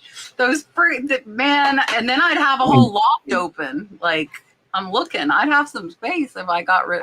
No, I mean, I could bonfire them, but I don't know what kind of like toxic substances are in filters, and if I should be burning a giant pile of them. Actually, Kat, those filters are protecting you right now from buying more stuff that you don't need. No, I don't put stuff in the lofts. It's too because it's filled with filters. Supplies, except for the filters. I did sell all the vents though. All the vents are gone. I bought a pallet with thousands of vents, like for the, the air conditioner. Those all sold. So, I mean, they weren't all bad buys from that, but the filters definitely were. How long ago did you purchase these? First time hearing of this. Years. I was to say this has been years and years ago. Was it before the license plates or after? Before. So it was before Rod or after Rod? Definitely before Rod. All right. It was pre-Rod. Pre-Rod. Pre-R. It was probably Julian. I think it was Julian era. It's Julian era. All right. Richard wants to know why we're not talking about thrift stores anymore. And he's saying for smaller sellers, small town thrift stores, you can still find the gems. Okay, well, let's talk about thrift stores for a minute. I did a video recently on my channel about going to Vancouver, Canada and shopping 5 value villages. And I did find a Singer featherweight sewing machine. Now, I paid $200 for it, but I sold it for $400 10 days later. So yes, you can find stuff at thrift stores depending on where you are. I'm in the Northwest right now. The Seattle area Goodwills are actually really good. The next town to the south, the Tacoma Goodwills, not so good. Portland is good. When I'm in St. Petersburg, Florida or Kentucky, the Goodwills are horrible. So, I talk about them when I'm in a place where I feel like I am going to find stuff that's a good deal and a good place. It's interesting he mentions smaller sellers in small towns.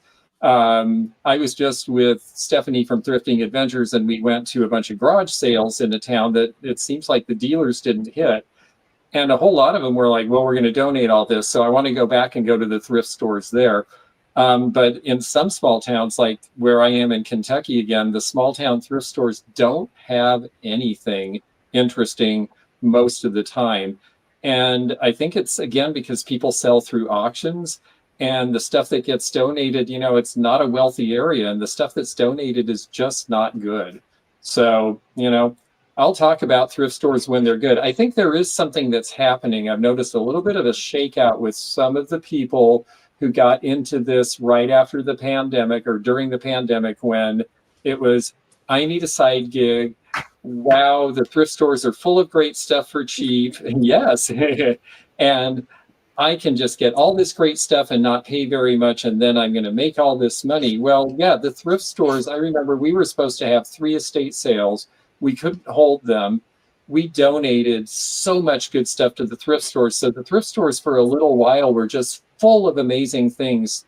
And, it's not usually like that. There might be good stuff, it ebbs and flows, but I think a lot of people jumped in because they're just like, the thrift stores are amazing. Well, that was a weird circumstance because they got all this stuff that everybody did their spring cleaning and dumped all this stuff at the thrift stores at once. And now it's back to kind of normal. And I think a lot of people who were just thrifting and thought you could just thrift and find the great stuff all the time are becoming disillusioned. But, it's just reality. To me, you have to try a lot of different sources to find merchandise, and thrift stores are part of that. And I agree with that. Great thrifting, you need a great thrift store. The source needs to be great. In areas where they have had multi-generational wealth that goes farther back, you're going to find better items because people were able to buy the items throughout the years, right? And as George was saying, where he lives in Kentucky, the items just aren't that great. So yeah, I would get creative in a small town. I have definitely thrifted in my hometown and found some great things, but we're talking 3 things, and I went to 2 of my hometown thrift stores and 2 of their antique stores. I love those things. I sold them. It did well. But you know, you might have to get creative. Buy some lots on eBay. You know, there's different ways to do it. You know, this show is dedicated to the audience and what questions they ask. So if, you know, we don't get a lot of thrifting questions, we may not answer, you know, talk about thrifting that often either.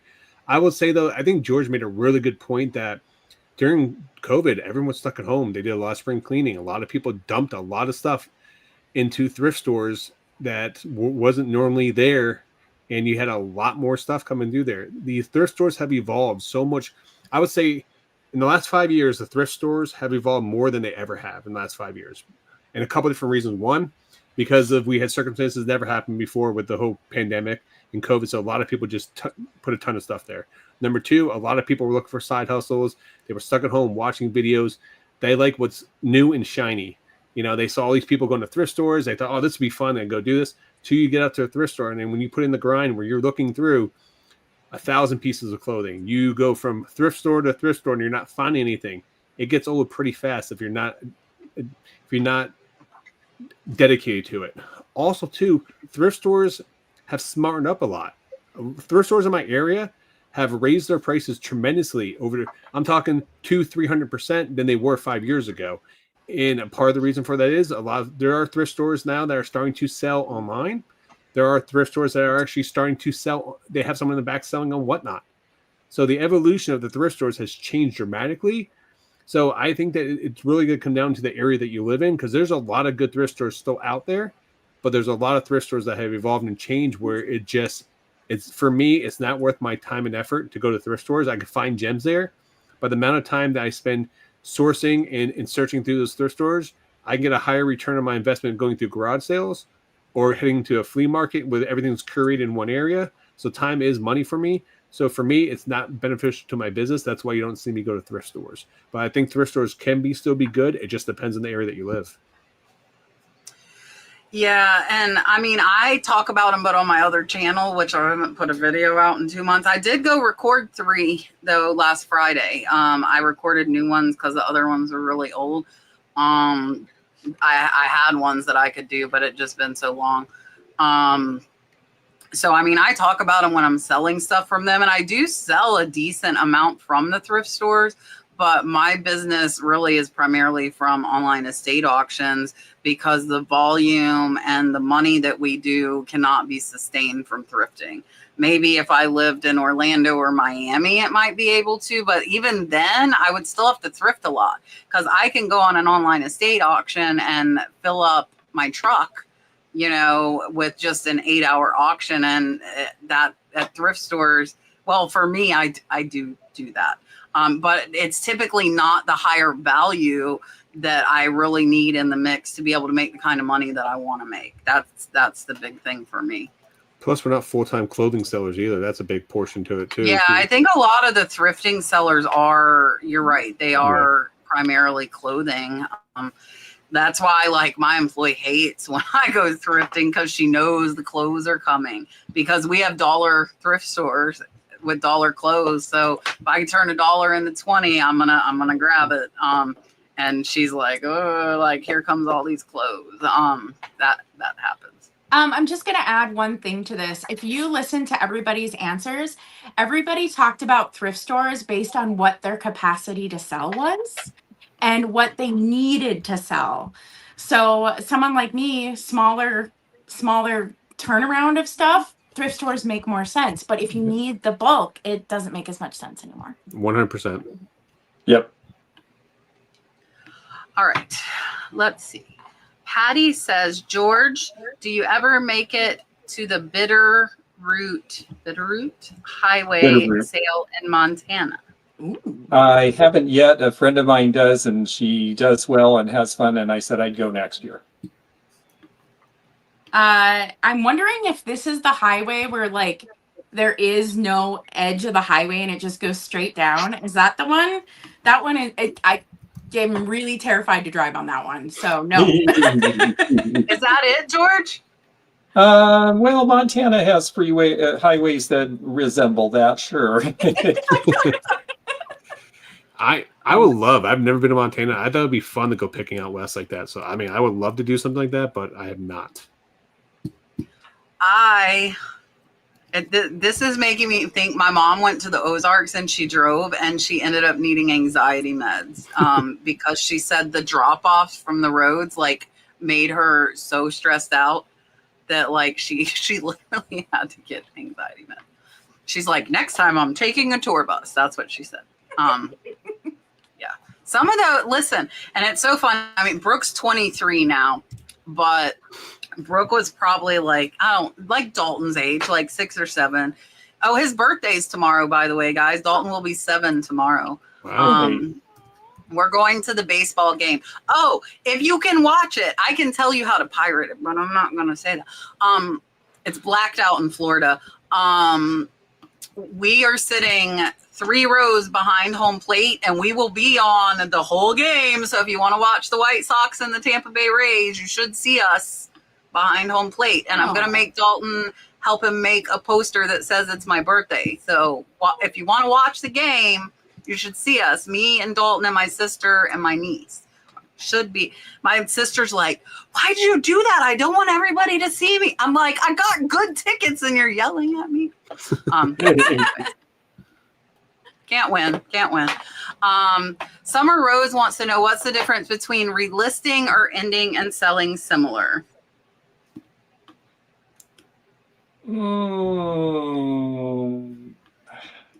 That's subtle. I think you and Rod and maybe Catherine would answer that better than I would. Yeah, I'm gonna pass that one. So when you relist an item, it gives you the same item number. When you sell similar, it gives it a brand new item number, so it comes up as a brand new item on eBay. I prefer to do it that way myself, but I'm also going in there and changing the price point and other little things on it to try to entice buyers to buy it this time around.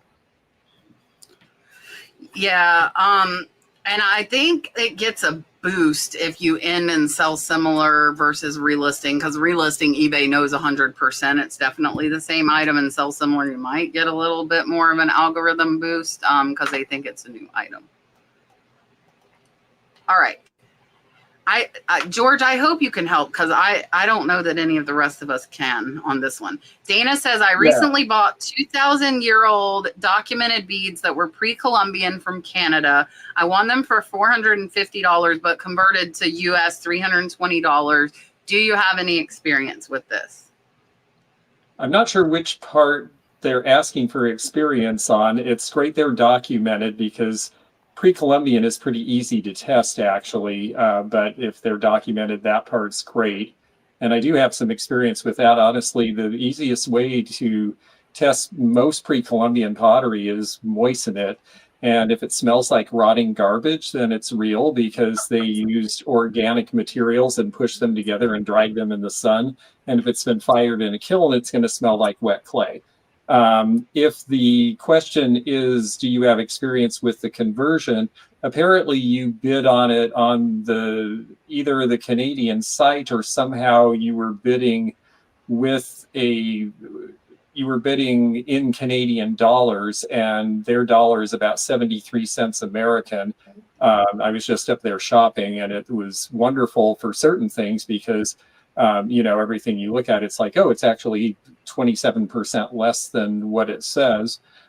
So if it was something where you're like, well, that's a pretty good price, and then all of a sudden you're like, oh, and I'm getting that much more off, then that's why I went to 5 thrift stores and 2 flea markets and a show. So that's why you got it for $130 less than maybe you thought you were bidding. All right. I got nothing. I got nothing. Yeah, I don't either. That's what I This is- figured. That's why I was like, okay, we'll go to the This next. is why we keep George around. Patty says, I woke up to over 70 messages from eBay saying listing ending soon. Is this a new thing?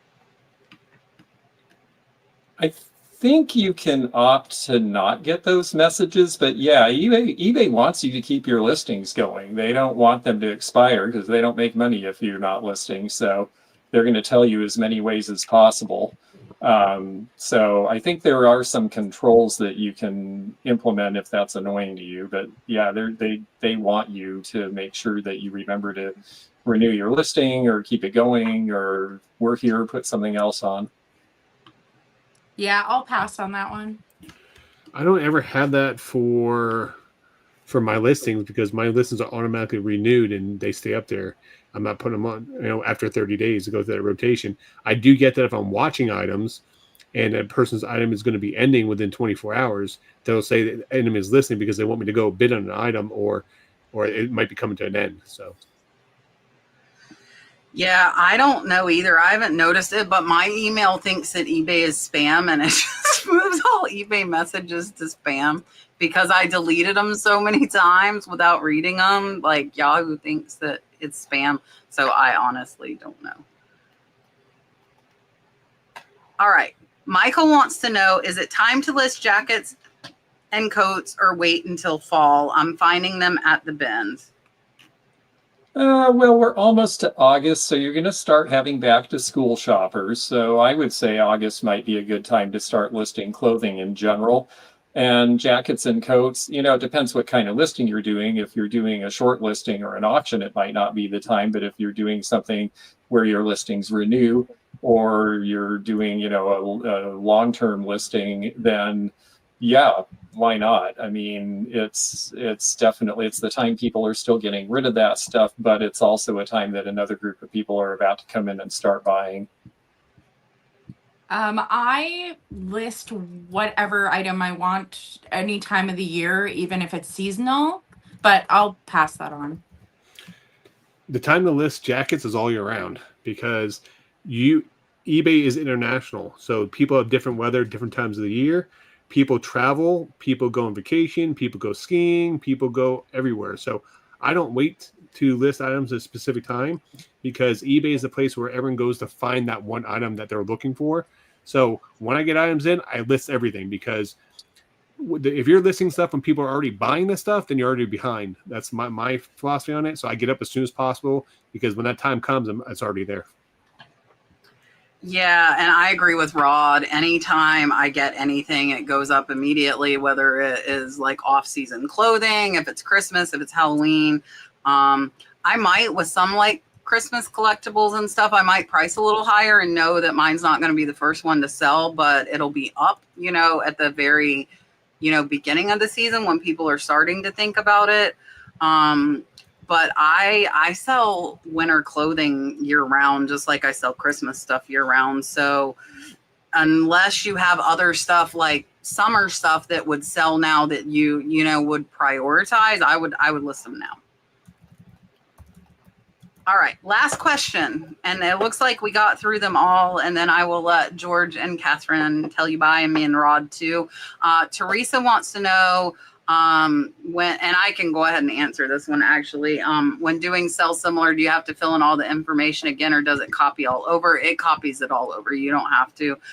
We do recommend like maybe changing the pictures around, changing your title to make it more enticing, so it's a little bit of a different listing. But it copies everything for you, including the pictures. All right. We got through all the questions and we have time. George, Thrifted Spirit is saying, please let them know how you're doing.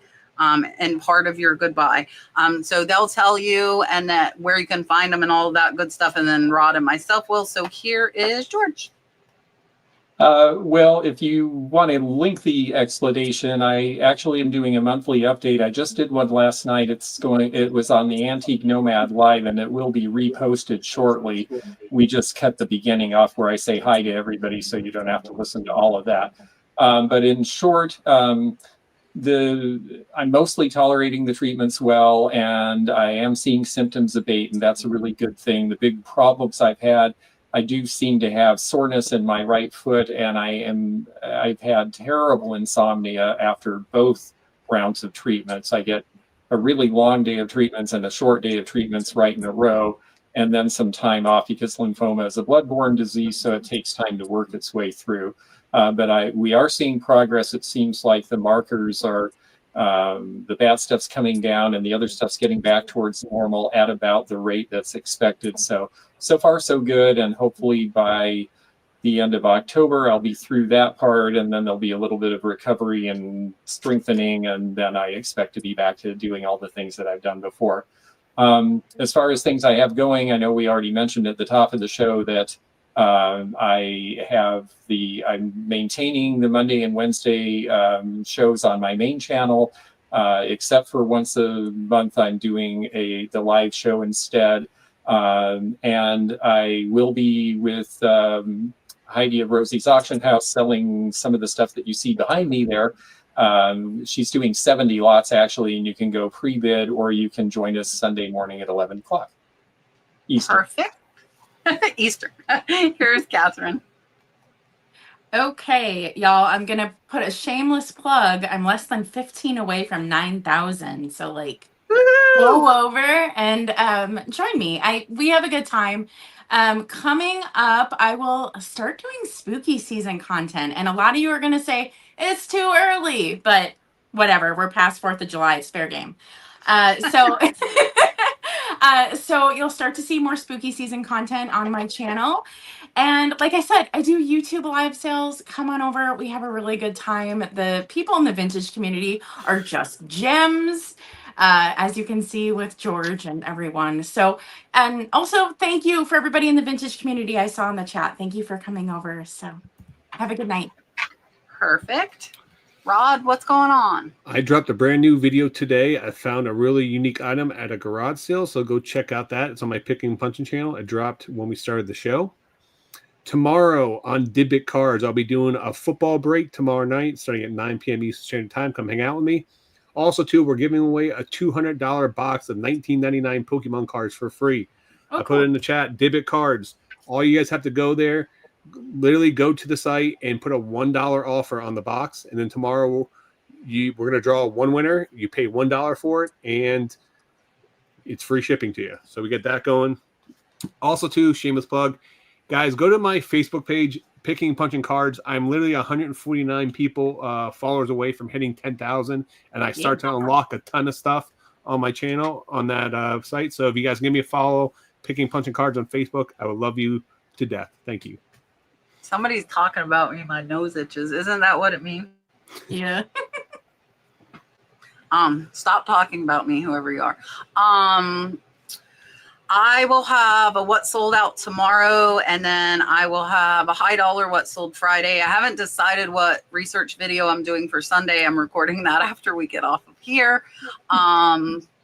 And I'm going to try my best to get the Catch Treasure hunting videos back started up, and I need to get in a routine where I can do them regularly. I did go record 3. I couldn't find my holder, though, so I had to hold my GoPro. I have my new GoPro, and I had to be like this. It was super annoying, but I was like, I'm doing it. And next week, I only know one of the guests right now. We have Mother Tucker Antiques, which is awesome. I went to their shop. Actually, George, I don't think George was with me at that one. He met me right after I went to that one up in Lancaster, PA. I went to their shop. So I'm super excited to have them on. They sell on Whatnot a lot. And it will be their first time on with us next week, and we'll find somebody else. I kiss lots of fools, Dawn. I shouldn't have said that live, but I just did. I'm single, you know, it happened. Definitely. How else to end the show by saying something ridiculous? It is Cat now After you'll Dark. talk So about me. You can't laugh at yourself. well, you if know? your nose didn't itch before, it's going to start to itch now a lot, Cat. So people think you have a drug problem now. Everyone's going to be talking. Oh, Lord. Oh my gosh. All right. Any publicity is good publicity, right? Sure. I don't know about that. We'll all go right, with guys. that one. I don't have an outro. I didn't have time to do it.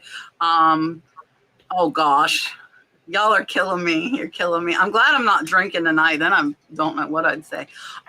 You guys have a wonderful night.